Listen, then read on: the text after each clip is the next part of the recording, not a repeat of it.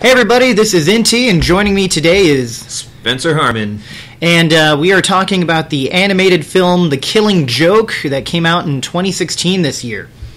From this point on, we're going to be having spoilers, so you have been warned. Exactly. I mean, and this is the thing. Like, this is such a classic Batman story for anybody who's really interested in Batman lore, Batman comics, and you know, his stories in general. The Killing Joke is just one that a lot of fans hold near and dear to their heart. That was the case for both of us. We made an effort to go out and see this opening day. I think it was only screened for one day. Yeah, which is pretty awesome because I think they made $3.4 million in just that one day that they screened it.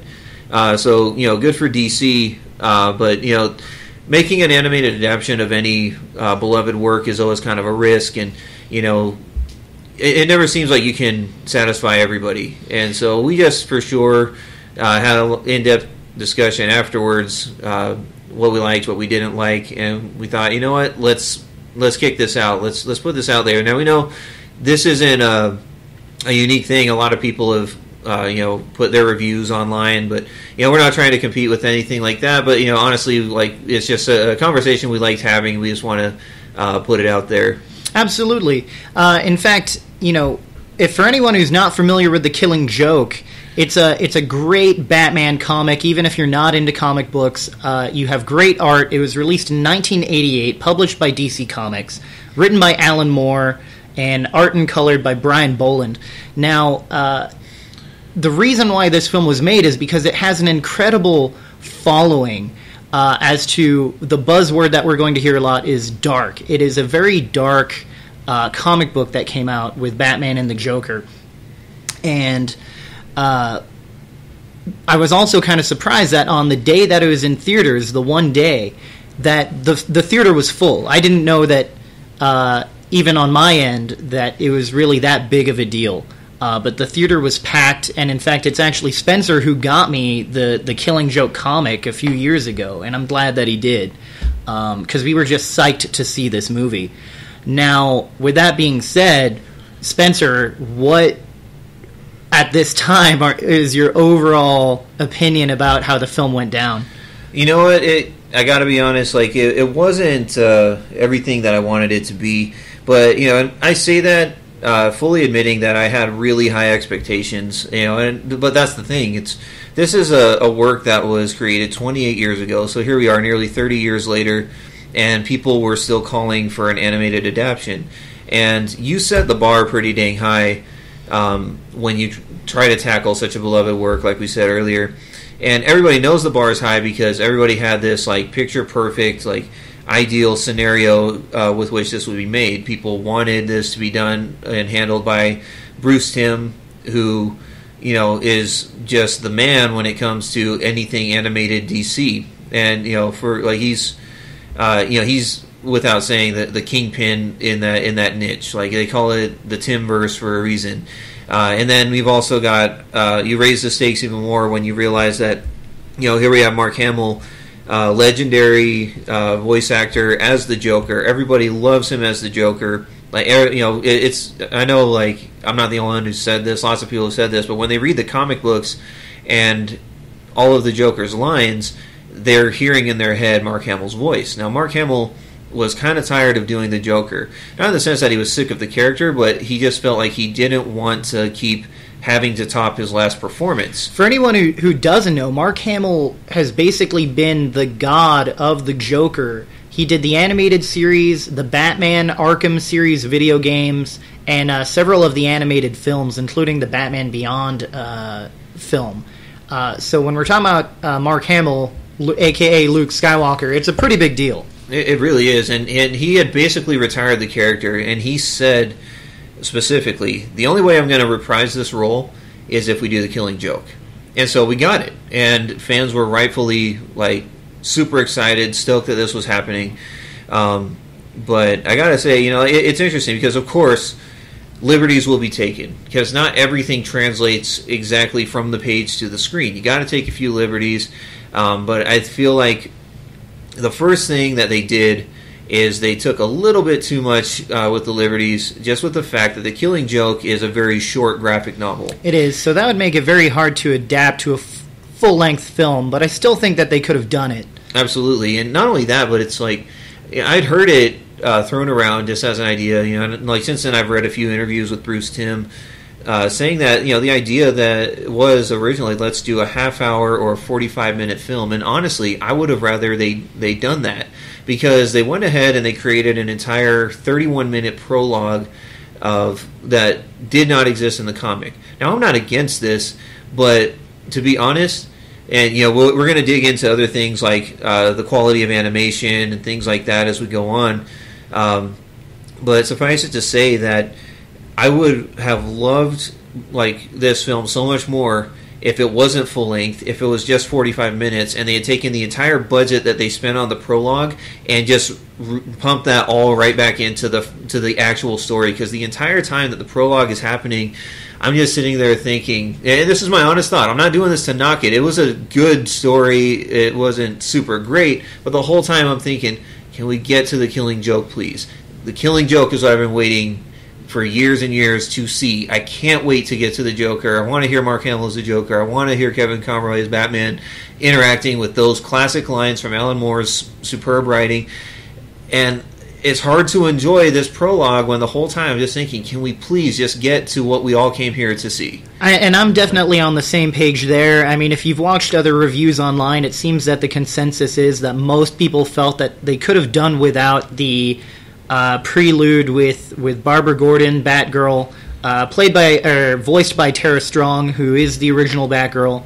But it did come off too long, and it actually started kind of messing with me a little bit. I started wondering, I'm like, am I not remembering the comic the way that I thought I did? Because admittedly, when they created the prelude with Batgirl, it doesn't tie into the Killing Joke story at all. Right. And so the fact that, they went out of their way and they got the Killing Joke to have a rated R rating, right? That's a big deal, especially since we had Deadpool come out and really fight for a rated R piece. So in the comic book kind of film adaptation, that's a big deal and something that really, I think, enticed viewers to be like, wow, this is going to be a big deal. They've got, like you said, Kevin Conroy, the original Batman, Mark Hamill, Tara Strong.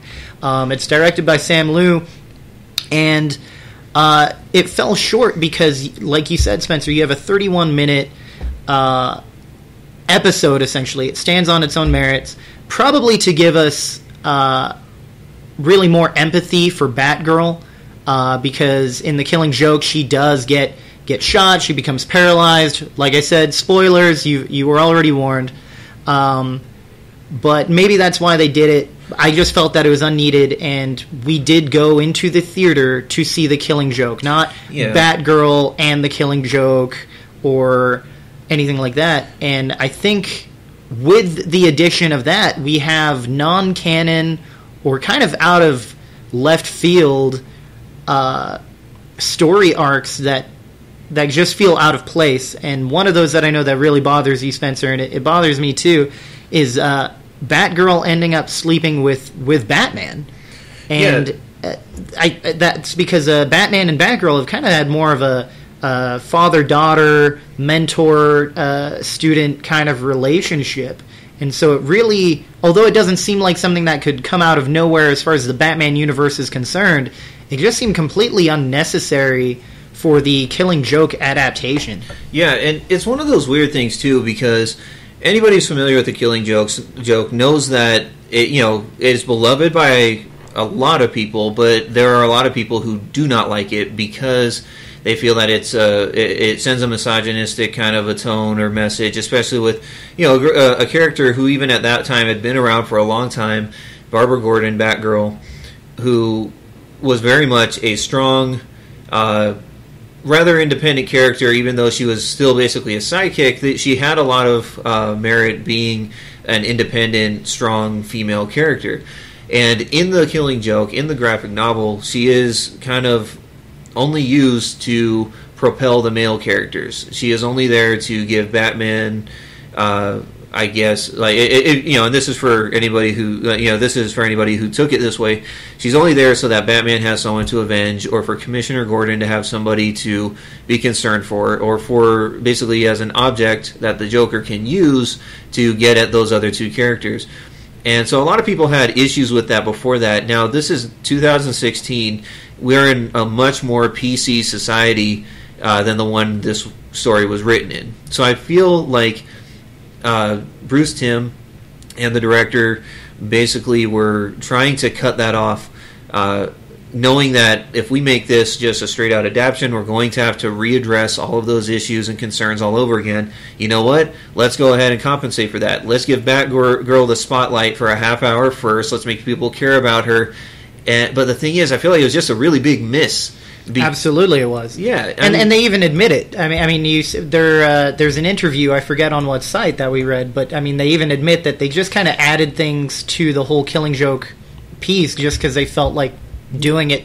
Period. Yeah, and the thing is, if you were really concerned about, cutting off this narrative of this just being misogynistic, let's empower Batgirl for a moment, give her this story. Look, this is not the best Batgirl shining moment story. Now, don't get me wrong, I'm not completely against the whole Batman Batgirl romance, because it even had kind of been hinted at before in the Batman Beyond universe. They had affirmed that they had tried a romantic relationship at one point. You don't really know at what point, but this is Batman Beyond. They're old people by this point, and it didn't look like there was ever that there in the original Batman animated series or the New Adventures of Batman and Robin. Like, you never really saw that. You always saw it as the father-daughter type of relationship. But there's a huge gap in time where they continue to work with each other. They continue to build each other up. That, yeah, sure, at some point I can see how something would have sparked off. But the point is, you had time. In this, Batgirl does not come off as strong or independent. She comes off as very moody, very whiny. I mean, at one point, she even just physically assaults a civilian because she doesn't like the way he's talking to his girlfriend. And he wasn't being aggressive with his girlfriend. He was actually saying the opposite. He's saying, look, I need space. Look, I want some distance. And Batgirl gets pissed off, and she goes right up, grabs the guy, and flings him into the bushes. I'm like, oh, okay, you can go around as a moody, pissed off woman, and that justifies you laying your hands on a male and just, chucking him around, just physically assaulting people because you're pissed. Yep. And you're pissed because Batman won't return your calls. Like, none of this paints a good, Barbara Gordon in a positive light. It's there are also a few tropes that, if you want to get on kind of the social justice warrior, PC police piece, there's a trope of the gay friend who's just there to listen. Oh gosh, yeah. Kind of be like, girl, you need to move things up with your boyfriend, or oh, so much drama. And overall, it doesn't really, in my opinion, it doesn't really add or take away from the story. Now, with that being said, my girlfriend also came with us to the theater. She had never seen more than me just showing her some panels from The Killing Joke, and wasn't familiar with the story. So she actually came out really loving this adaptation of The Killing Joke. And that, I think, is a credit that, although it has these additions, although it's not perfect, it's still a good animated film. Now, moving on from the prelude, we get into the actual Killing Joke story. Unfortunately, not through any story of the Barbara Gordon piece, of course. But we get into The Killing Joke, and I'd say that it's not bad. They do a great job of basically taking most of the panels from the comic and bringing them to life. Mm-hmm. But even on that front, on The Killing Joke, there are a few additions that still just seemed unneeded and out of place. That kind of screw with any fan, really, that has a concept of who Batman is, who the Joker is, and who Barbara Gordon is. And one of those additions that I didn't really care for, or really had me, I guess I should say, scratching my head, is when Batman is searching for the Joker. He is kind of, he's playing the world's greatest detective, and he comes across under some hookers or some ladies of the night under a bridge, who tell Batman that every time the Joker escapes, he has to pay a visit to his girls, and that's the first thing he does before he does anything else. And that really got me wondering, like, that's not a usual thing. Is the Joker's sexuality, as far as my fandom knowledge goes, is kind of it's not ambiguous. Ambiguous is not quite the right word, but it's kind of still, even between the Joker and Harley Quinn, you hardly, I should say, get the full-on idea that they're having sex, or that they even really kiss much. You know, right. I mean, so for the Joker to even care so much about sex that he has to visit his ladies of the night the moment he escapes, it just seems odd to me. What do you think, Spencer? I totally agree, and here's the reason why is, you look at how the Joker's always portrayed, and he's a crazy person. Like, he's literally insane. Or, if you want to explore it in some, the way some other people do, I think Grant Morrison said he's not really insane, he's just super sane. Yeah. Not to be confused with Super Saiyan. No. Now, if he was a Super Saiyan... Okay, no, sorry, I'm just doing wordplay. That's not even a joke. But anyways, the problem that I had with that is that he's a nut. And he's a psychopath. And when you talk about things like, oh, he has these sexual urges, he has to satisfy, and he's doing it consensually with these prostitutes, it humanizes him in a sense. It's like, oh, I get that. That's a very good point. Yeah, and it's like the Joker is not meant to be humanized so much. The only humanization that you get, it usually is a peek at his past. And then the fact is, he abandons that. He abandons what made him human, and he literally represents chaos, and that's and that's one of the reasons why the Harley Quinn story is such a good one, is because that's part of what makes her character so heartbreaking, is the fact that she is completely infatuated with this guy that will never have that same infatuation with her. He uses her, he gets what he wants out of her, but yet she's crazy in the sense that it doesn't matter. She'll still follow him regardless of all of that. And once again, chalk that up to SJWs not liking that version of Harley, whatever. But the point is, it is a more interesting and heartbreaking story rather than just, the Joker or Harley being some kind of a power fantasy. They're not humanized in that way, and Harley a bit more so. But my point is that, that whole line is just odd, and it's like, and here's what bothers me about that. I sent you the link to that article that I read, where it was an interview with Bruce Timm, and they asked him about that scene, and they're like, well, what were you kind of hoping to accomplish from this? And it seemed to come off as he's very nonchalant. Well, I don't know, just thought we'd throw it in there. It just seemed right to do. Yeah, it's like, how? Why? Especially when you're using a very short but very beloved story that the fans will, fans of this story know every part of it, because it doesn't take that, it's not a lot of material. It's easy to know what you do and don't like about it. So you would think that if you added anything, you would be trying to accomplish something specific. But the fact that Bruce Timm is just very like, I don't know, threw it in there. It's like, why would you take that chance? Well, and even in the theater, you turned to me, and I was already thinking in my head that even that scene alone makes us go, wait, do we just not remember this being in the comic? Like, do we have nostalgia goggles on, or do we just have, fandom going on, and we just don't remember these parts that don't make sense? And no, it wasn't in the comic. And as far as the article that you're referencing, which we'll put in the description below, it just seemed like Bruce Timm, all of these changes came out of just kind of a very nonchalant attitude of like, well, that sounds cool, well, let's do that. That just seems right. Right. And it just doesn't play out very well. Now, was there anything else that was added on the Killing Joke front that was way different, or am I just... No, there may have been, but honestly, at that point, those are the things that stuck out. Now, at this point, we've only seen it once. I would like to see it again, just so I can dissect it a bit more. Maybe that doesn't sound too good that I'm so opinionated off of one viewing, but honestly, we're very familiar with the source material, and that's why we're so passionate about it. And so these things this is our initial impression. We've dissected our thoughts a little bit in the meantime, but this is what sticks out. And I just wanted to point out before we move on from this point, from that scene, there's something else that got brought up, and that's the fact that you're already kind of treading in dangerous waters with the fact that Barbara Gordon's so mistreated in this story, And some people feel like this scene almost implies that they made it worse. And he says, because these prostitutes said, but Joker hasn't been here this time. He must have found a new girl. Yeah. Now, what had happened in the comics is Joker shoots Barbara. She's dying on the ground. And while they take her father, Commissioner Gordon, captive, the Joker's whole goal here is to try to prove a point. And that's the point. And the point is that one bad day can send you into insanity. It will take you from a good, reasonable person. One bad day can turn you to complete chaos and insanity. And he's trying to do that to Commissioner Gordon. Now, one way he tries to do that is by shooting his daughter in front of him. Commissioner Gordon is taken away. He doesn't know if his daughter died or not. And then he also takes all of her clothes off, and he takes nude photos of her. And he later sets those up to show her dad nude photos of his dying daughter to further screw with him. It's, like we said, this is a super dark story. Now, the thing is, that is as far as the sexual assault goes, as far as it's implied in the comics. But in this scene, you add this, and you're asking these prostitutes, has he been here? No, he hasn't been here. Must have found a new girl. And now you've just established that the Joker has sexual urges.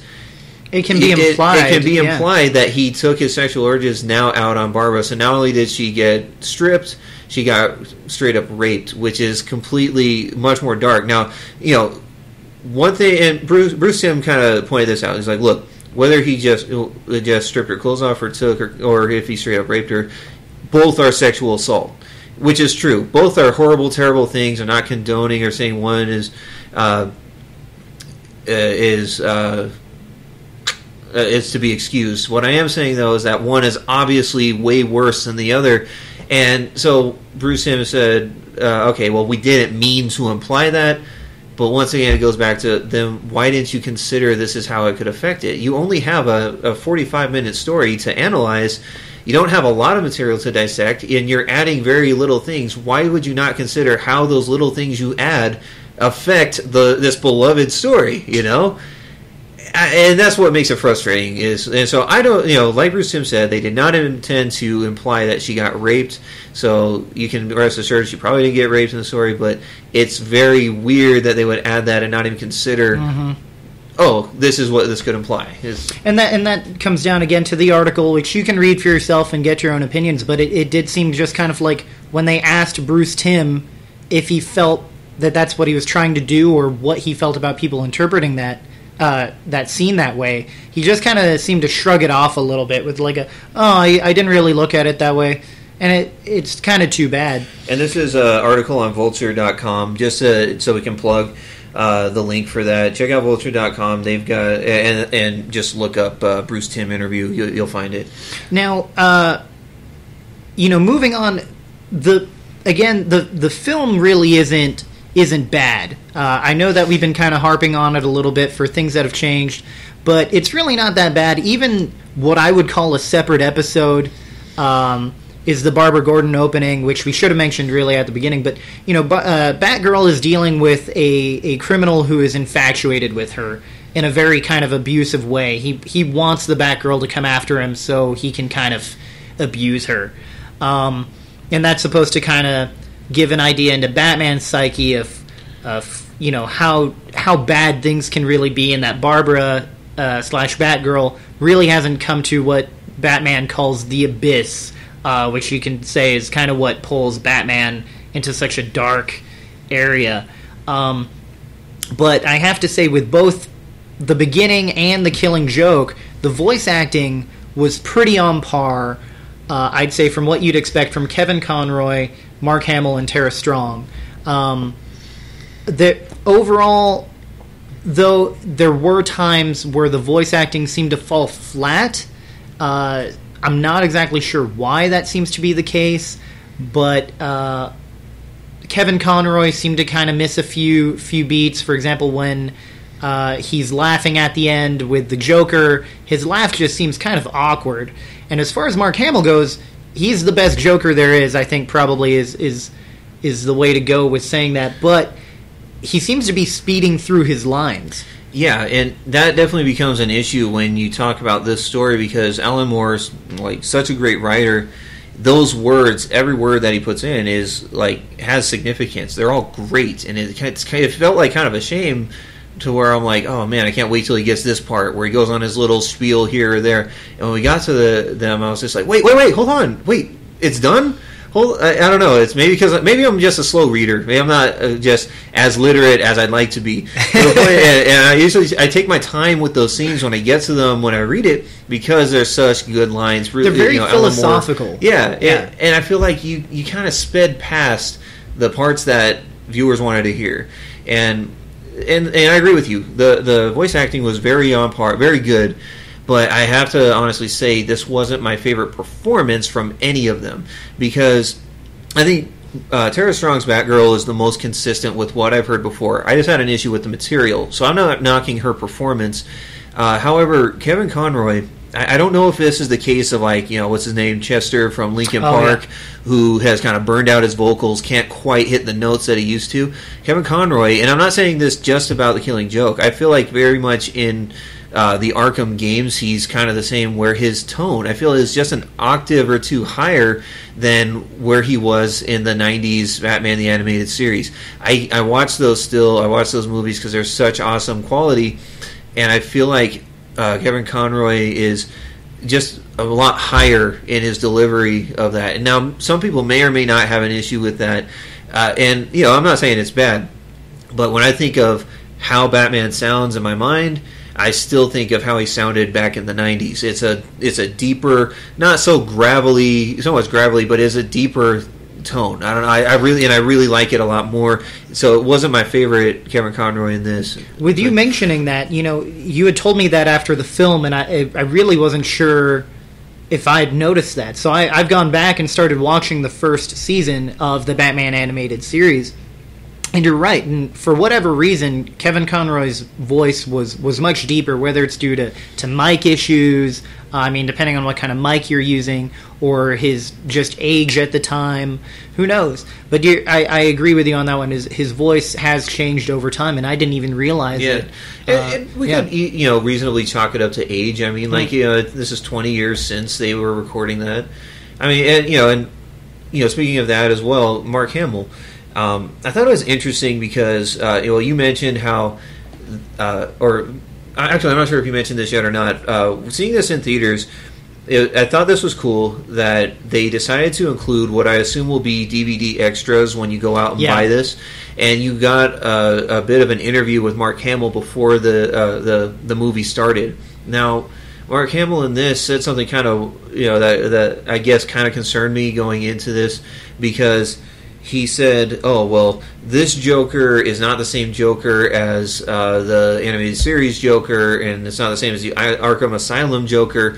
And his point of saying that is that he voices them each a little bit differently, I guess, which kind of concerned me because I want that old Joker. I want that Joker from the animated series because that's the one to me that has the haunting laugh and whatnot. And I love his performances in the Asylums, but I'm like, I hope he doesn't change it too much. And I have to say that in some scenes, I feel like he kind of hammed it up a bit too much, where he didn't sound like the Joker that I wanted. Now, of course, this is this is first world problems. It's not the worst thing. I'm not sitting here like, feel sorry for me because I didn't get the voice tone that I want.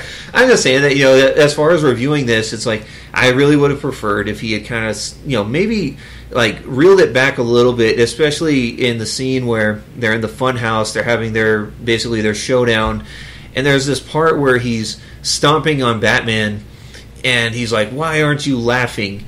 And when he says that, it sounds so gargly almost. It turns into, "Why aren't you laughing?" Yeah. It's just like, oh man, it's like, it's not that it sounds horrible, but it's not what how I would have. I would, if I were the director, I would have probably asked him to do another take. I would have gone with a different take for that scene. And and you had pointed out something as well in that scene with the stomping, where you noticed something that maybe you would have changed as well. That's where I felt I noticed most of all that the voice acting felt flat. And I'm not familiar with all of the voice acting techniques or anything like that, but I almost felt like because we got to see a behind the scenes of Mark Hamill doing his recording sessions and the music composure, that perhaps there was an idea of the actions of the characters and that they just had them read their lines. And that's what I mean by that the voice acting fell flat, because at the end, when Mark Hamill as the Joker says, "Why aren't you laughing?" Make sure you comment about my impression below and be extra mean. He's worst Mark Hamill impression ever. Nerd. When Mark Hamill's reciting this line, the character of the Joker is stomping on Batman's head, and yet the Joker's voice just seems to be like he's reading through lines. There doesn't seem to be any effort in the stomping in his voice. You know, there's no like, "Why aren't you laughing?" No energy or anything like that. And that's my issue. Yeah, and it was weird. I don't know. And when I hadn't even considered that, I did feel though that it just was a little bit flat. And when you pointed that out, I'm like, oh yeah, no, that's definitely why. And the thing is, like, we're kind of spoiled because we've had great directed, great performances from those voice actors in the past. You go back and watch Mask of the Phantasm. There is fluctuation that matches the actions of the characters. Same with the Batman Beyond movie of Return of the Joker. Same thing.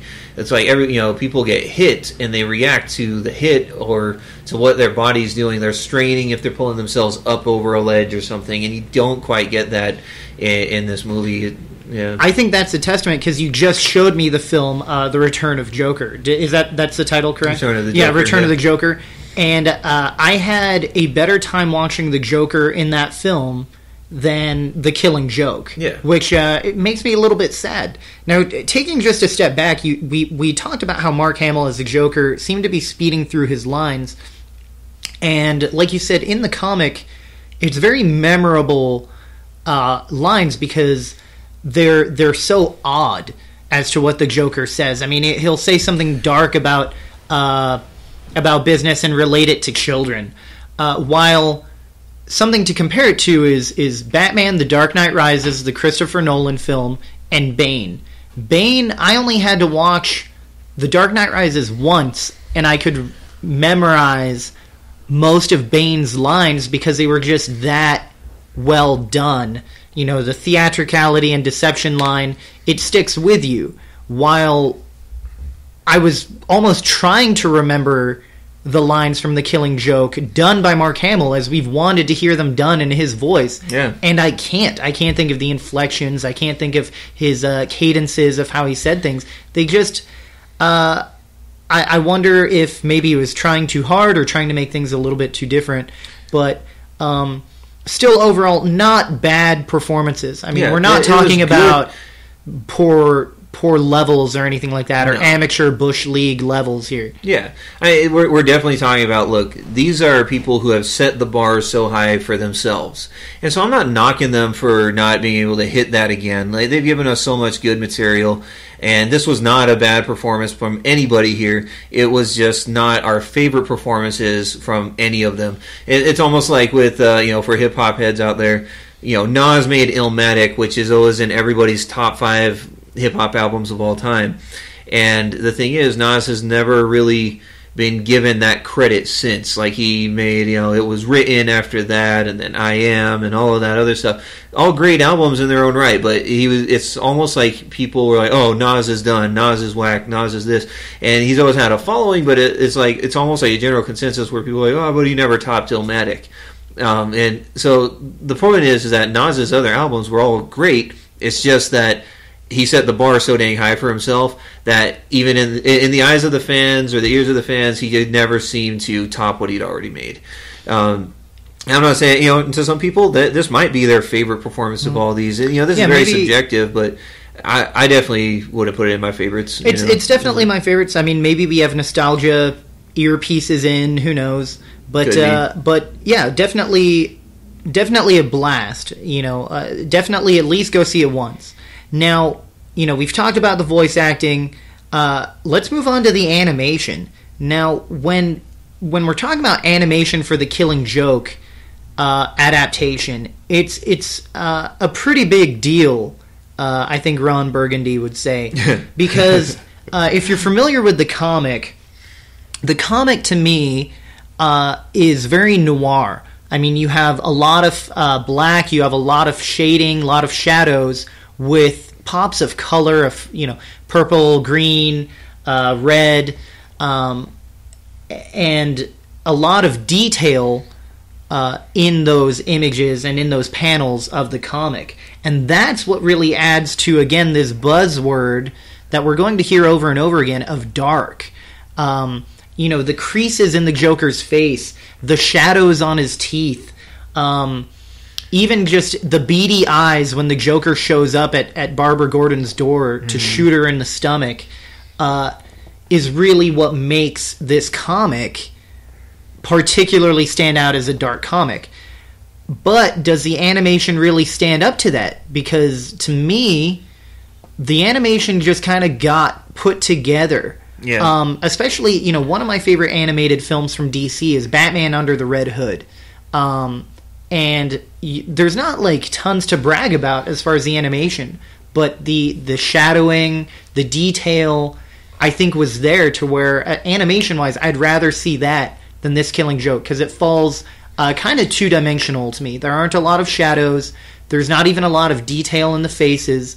And one thing I have to point out is that the Joker's mouth hardly ever syncs up with what he's saying. And this is a movie that gets hyped as, hey, we finally got the rated R.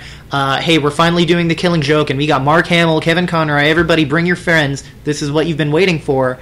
And we don't even get the animation that we've seen in previous incarnations of Batman films, and what you would think would have probably a higher budgeting. Yeah. But I don't know. Maybe I'm far off here. Yeah, no, I and I agree. And just to kind of, I'm not trying to throw out like, oh, I know so much kind of a thing, but just to give you my background so you understand a little bit. I am currently in my third year of getting an animation degree from the Art Institute of Las Vegas. So like this is something that I really.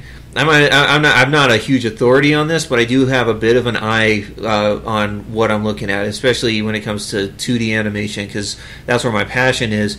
And so, everything you said, I totally agree with. And I think the word that I would use to describe the animation in this film is it's inconsistent. Because the thing is, while you pointed out the Red Hood wasn't like the high point of DC's animation when it comes to their 2D animated films, it was at least consistent. So nothing stuck out of place. Now, in this film, it's inconsistent in the sense that in some scenes, they nail it. It looks amazing. It looks great. And you even saw some of those scenes in the preview. Yeah, in the trailer, you see a fantastic scene that I think is the only memorable animation scene in my opinion. Yeah. You go ahead and talk about it, though. It was the one, I'm sure, I think you were talking about the one where they hit the light switches on the park. Yeah. All of the lights and the carnival rides are turning on, and the Joker is looking around. The expression on his face is like he's like a giddy kid, and you see like the glossiness in his eyes. It looks great. And he actually had shadows on his face compared to the rest of the film. Yeah, and it's like, man, why couldn't the rest of the film look like that? Which goes back to what we said at the beginning, where I'm like, look, the prelude was cool, but it wasn't great. I really would have preferred if you took all of the budget that you put on that prelude and cycled it back into the actual Killing Joke and just made all of the film look like that one scene. There are a few other parts where I liked what they did, like when she opens the door and she sees the Joker, he did have that staunch dark shadow that just fell over his face, and you see the reflectiveness of his pupils, and then he shoots her, and he looks extra creepy. The thing is, there are panels straight out of the comic where he has very strong defined shadows that almost silhouette him and Batman, but in this, it seems like a majority of the shading was done in a gradient.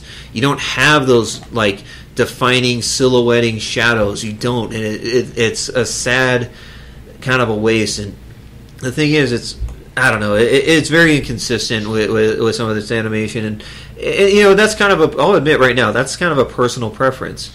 But yeah, that's a good point. Like, some people are probably okay with that, but if me being an animation student, my highest aspiration is to maybe make films like these, and that would have been my creative choice to do differently. Bring in, like, you want to pull off the look of the Killing Joke graphic novel. Those are the key things that made that look. That's a good point, because maybe because this is just our opinion.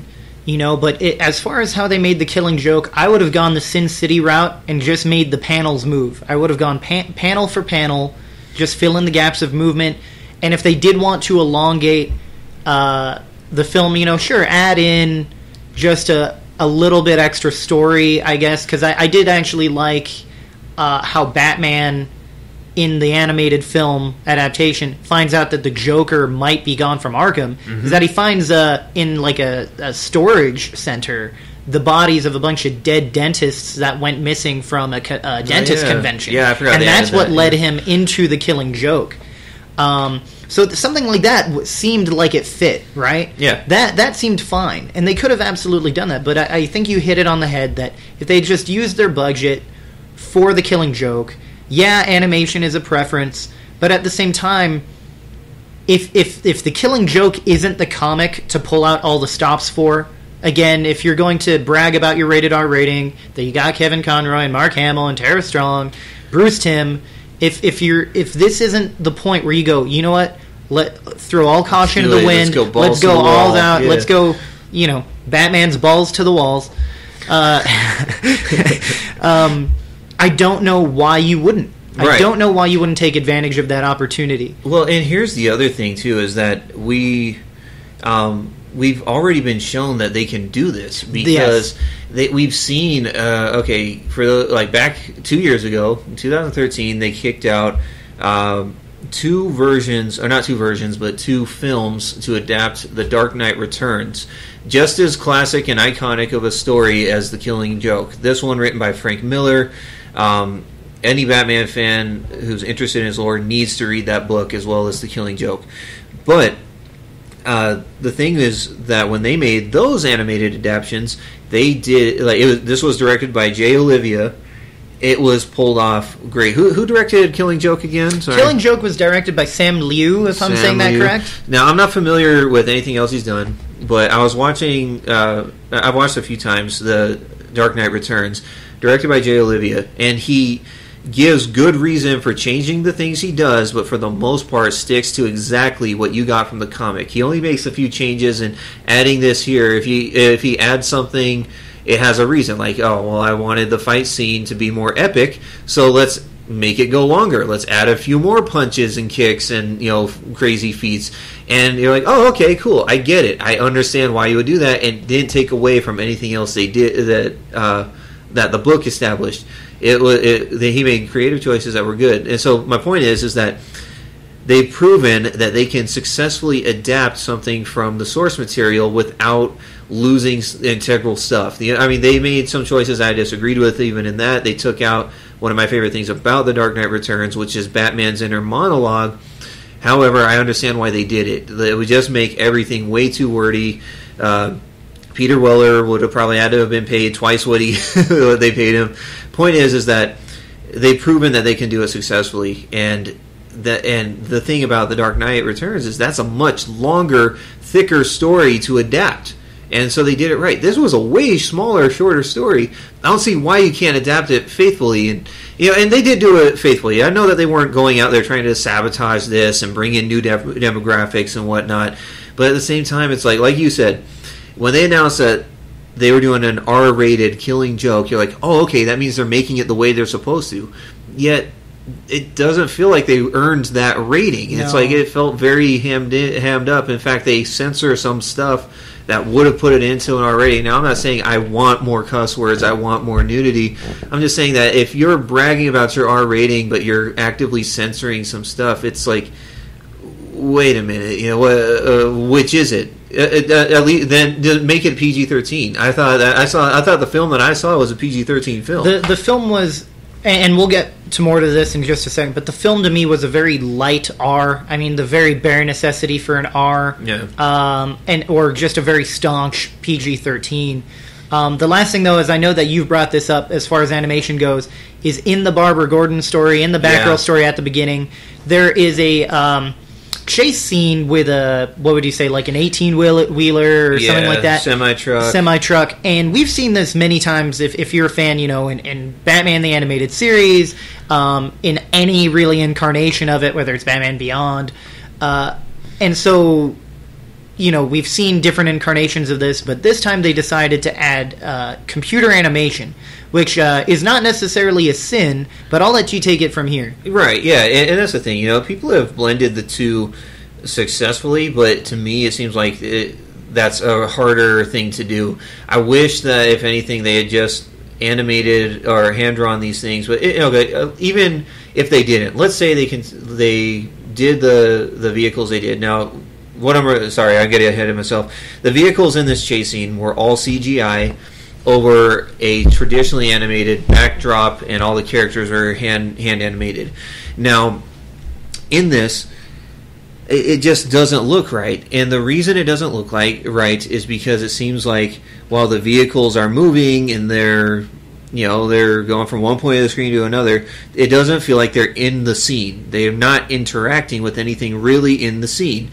Now, you go back, watch Batman the Animated Series. There's that one episode, Harley's Holiday, where that whole episode is like one giant chase scene. She jumps in a car, she speeds off. When she turns corners, newspapers will fly up because of the gust of wind. You'll see smoke from her peeling out. You'll see all this other stuff. But in this, the semi-trucks are they're moving, but nothing else in the world is reacting to it.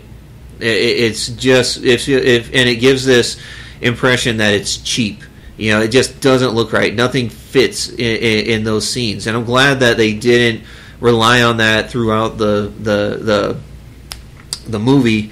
They didn't have any other chase scenes or any real standout CGI moments. I know that there's probably some other CGI added that I missed, but those definitely did not match the scene. And it was really a letdown, because you look back and you're like, look at we talked about Return of the Joker for Batman Beyond. Now, and the reason I refer to that one instead of the Mask of the Phantasm was awesome and probably had the best animation of all of these films we're talking about, but the Phantasm was given a bigger budget because it was a theatrical release.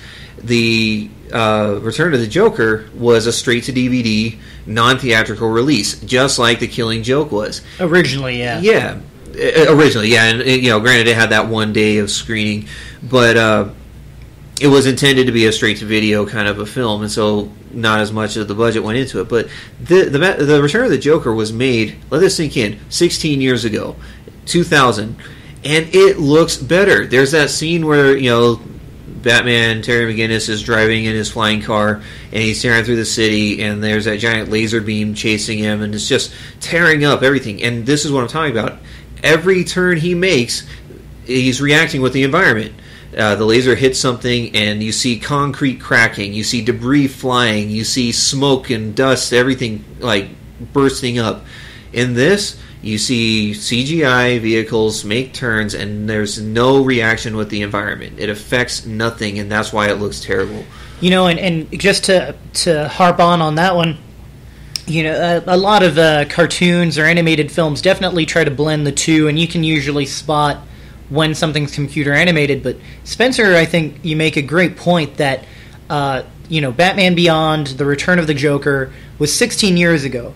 Well, like I said, I've been going back and watching the original Batman the Animated Series. I'm only on season 1 right now, but as far as vehicle chases go and animation goes, this is back in the 90s for the original series, and I just watched, I believe it's called a Cold Heart. It's the introduction of Mr. Freeze, and Batman's chasing Mr. Freeze in his elongated, awesome Batmobile, and Mr. Freeze freezes the road that Batman's driving on, and he's slipping all over the place, trying to gain control, yet the animation is astounding as the camera's moving, the vehicle is moving, you even see the turning of the tires from the outside to go along with this animation. I mean, they took the time to show that the Batmobile is trying to turn in a certain direction with its tires pointed in that direction, and it's unable to do so. And that's in the 90s. So, again, I think our point is, why, in that case, could we just not get something as good now? I mean, I'm sure there are many reasons, such as budget, artists, it's easier to do computer. But I think we kind of... I think the horse is dead. Yeah, we've definitely beaten this one to death. The funny thing is, I even had one more gripe with the animation, but I can't even remember what it was because we beat this one so hard. So, let's kind of give an overall theme here. That okay, so it's the one day in theater. Spencer and I go into the theater. We get treated to an introduction by, I think it may have been Bruce Timm originally. Or somebody who worked on the film, telling us how much fun they had working on the film. Maybe it'll be in the DVD extras. We'll see. And then we go to Mark Hamill talking about his experience as the Joker. And I bring this up because this is going to be the hype that they created for their own film. Right? You have Mark Hamill talking about how dark the comic book is. And again, it's the buzzword, dark. You're going to hear it over and over again. Mark Hamill talking about how dark the comic book is, how dark he needed to be the Joker for the film adaptation. We then, continue to just hear dark this, dark that, it's so dark. We get treated at the end of the film to the creation of the composition for the film. And how dark the music had to be for the film because the comic book was so dark. Everything was so dark. Everyone had to talk about it. It's such a dark story. And as we've already talked about, the animated film doesn't live up to this. And not that Spencer and I need more nudity or more bad language, but it even seemed to hold back on that front. I mean, you have the Joker in his carnival scene trying to drive Commissioner Gordon nuts by looking at very risque and traumatizing images of his daughter, aka Batgirl, on a bunch of TV screens while riding a roller coaster. Screens of her half naked or her clothes kind of torn, but what they and tears welling up in her eyes, and it just didn't really hit the mark as much as it did in the comic book. Yeah. And you keep hearing it's so dark, it's so dark. When it comes to the music, you can say that the music was dark. However, the music was also placed in the film in a way that it was trying to tell you how to feel. Rather than feeling how the movie was, feeling that the movie was dark, the music was telling you that it was dark. And in my opinion, the score is actually... with the utmost respect, because I do feel like I'm kind of being mean here, but I feel that the score is not memorable. I mean, with how much hype the fact that you get a special feature telling you how they made the music as if it's a grandiose ordeal, I can't remember the score at all. And so maybe it was just too dark that I can't remember, but... Oh, sorry. Go ahead. So to complete my thought... You have your rated R film. It's so dark. It's so dark, everybody. Let me just bash your head in with the word dark. And then you watch this film, and it's I think most of us feel it's not even a rated R movie. And if it is the weakest rated R film, and you don't come out feeling like less of a person for watching this film. Right. No, totally. And however, I have one part of the music that I do so remember is the Joker's musical number. Oh, well, yeah. The chorus for that. Now, I was actually going to ask you, what's your take on that? Because if you read the graphic novel, Commissioner Gordon's being tormented going through this, psycho funhouse, and all while the Joker is singing this creepy song over the intercom. What was your take on that? Do you think they pulled it off? I don't. I'll be honest. In fact, I kind of hated that scene. Yeah. We're talking about the music, but the music goes along with it. That I didn't really like the musical number that they came up with for it. And what cracks me up is that in that special feature at the end that we got to watch, they're bragging about, they're kind of filling themselves up with like how dark it was, creating this musical number from just the panels that come from the comic. And I can't say that it's that dark, and B, it just doesn't really stick with you. It turns out cheesy, and the animation on it alone is subpar. It's not. It is subpar. Especially, I'm sorry, please. No, sorry, you finish. Especially that the point of that scene is that Commissioner Gordon is supposed to be driven nuts with all of this imagery while riding a roller coaster, while being naked. And prodded by creepy-looking midgets. And yet what we get is more of Joker doing high legs and pointing his cane at the camera. And they turned it into a Broadway musical, which I don't know, man. And here's the thing where I get it. I'm not torn on this because I very much agree I didn't like it, but in past interviews, Mark Hamill said that to Joker, and this is how he thinks of his Joker. He's psycho and he wants to commit crime, but crime is theater to him, and that very much was what they were trying to do. Now, here's where my problem is that scene in the comic is not about the Joker. It's, of course, the Joker trying to accomplish his goal of driving Commissioner Gordon insane, but I feel like if I were making this, that scene should have been all focusing on the torment of Commissioner Gordon. And this is where a few of my creative choices come into play, where I would have, how I feel this could have been done better. You look at the screens of, the Joker's face and of the lewd pictures of his daughter. And if you look at these panels in the comic, this was made in the 80s, back when, screens were not high def and all this other stuff. Now, I'm not saying they had to set this in the 80s and make the screens look, choppier, but actually they should have made them choppier in the sense of, look, he just bought an abandoned carnival. Why is everything Ultra HD, crisp-looking picture? I would have made some screens might have been out. Some screens might have been staticky. Some of them might have been cracked. And it feels like that was kind of a missed opportunity. And instead of cutting away from that and showing the music, showing the Joker dancing around with the freak show people that he hired to be his goons in this, that was all very distracting. It's distracting from the fact that I should be seeing Commissioner Gordon's torment, not the Joker having fun, not him doing the choreographed musical number. And it's not something that I say you should have taken out completely, but maybe even just put that in the screens alone as the Commissioner's going through this, instead of cutting away completely from the Commissioner and putting it on the Joker and his lunacy. I think you really got that because hearing it out loud, the subject of that scene is no longer the subject, and so the point of that scene in the comic or in the animated film is completely missed now.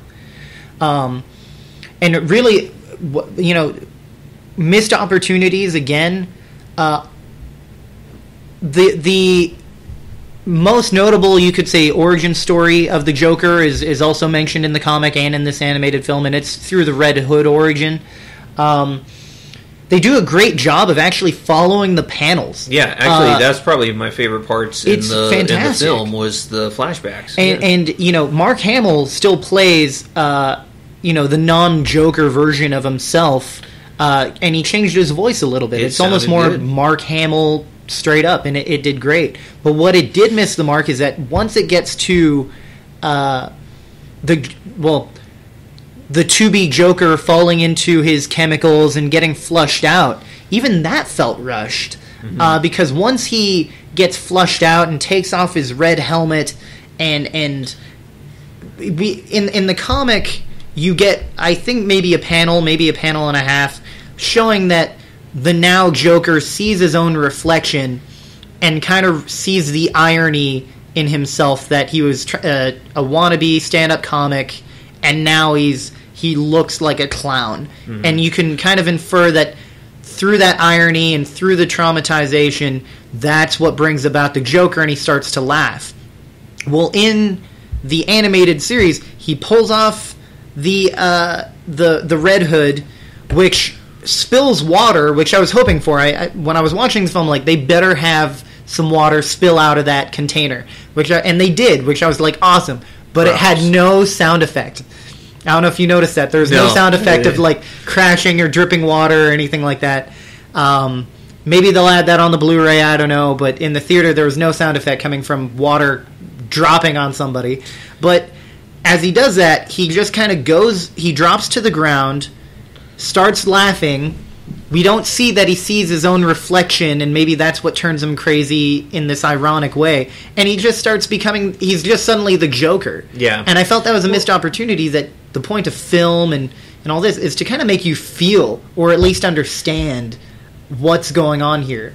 And it just kind of almost just tells you, in a very blunt way, this is what happened. There you go. And that's the great way to put it, because this is what contributes to the whole of the film feeling really bland. And it's the fact that you read the story and there are high points and there are low points. But in this, it's like it's very much like well, this is what happened. You look at this scene.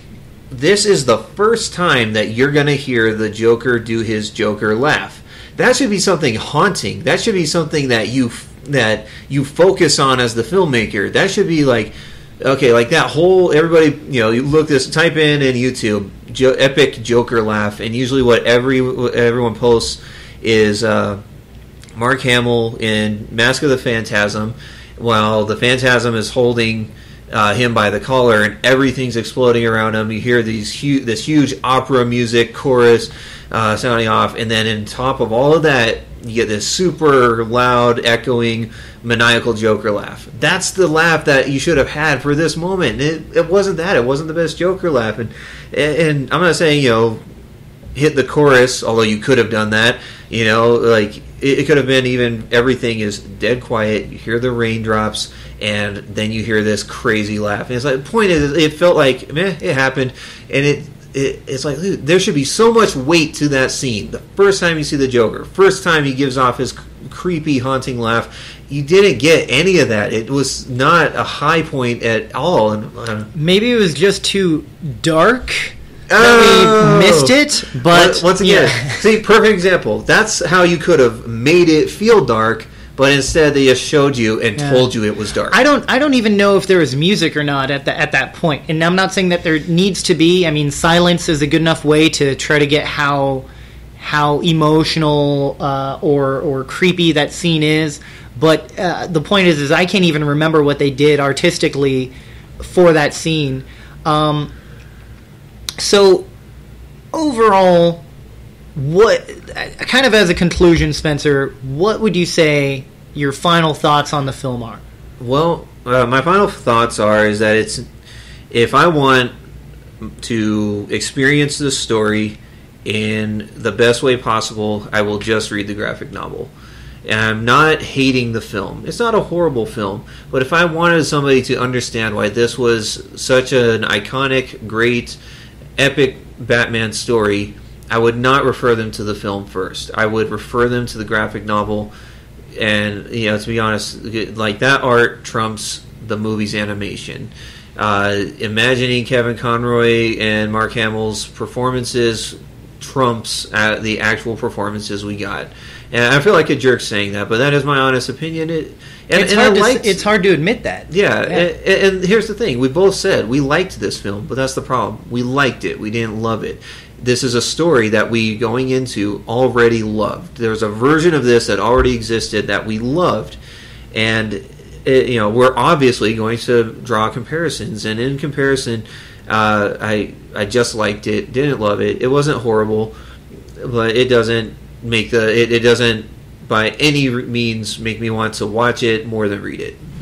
So overall, if you had to review this film, out of a 10 scale, 1 being horrible, 10 being great, what would you give it? Okay, so my initial reaction is to give it a 5, but but to be fair, I'm comparing it to what I already established was a very high bar. And I realize that I do have prejudices in this that are probably overshadowing it, so I'm going to bump it up a notch. I'll give it 6 Joker musical numbers out of 10. How about you? Very nice, very nice. So loony! So loony! And dark. So dark. So very dark. My final thoughts, I'm pretty much right there with you. The thing is that this isn't the first, we'll even just go with Batman, not DC, but Batman animated film or short or anything that has come out. So like you said, there is a lot to compare it to. This isn't the first time that we've seen it. And the fact that I feel that they've done some animated films better. And again, for me, I haven't seen all of them that are out there, but for me, one that I love to go back to is Batman Under the Red Hood.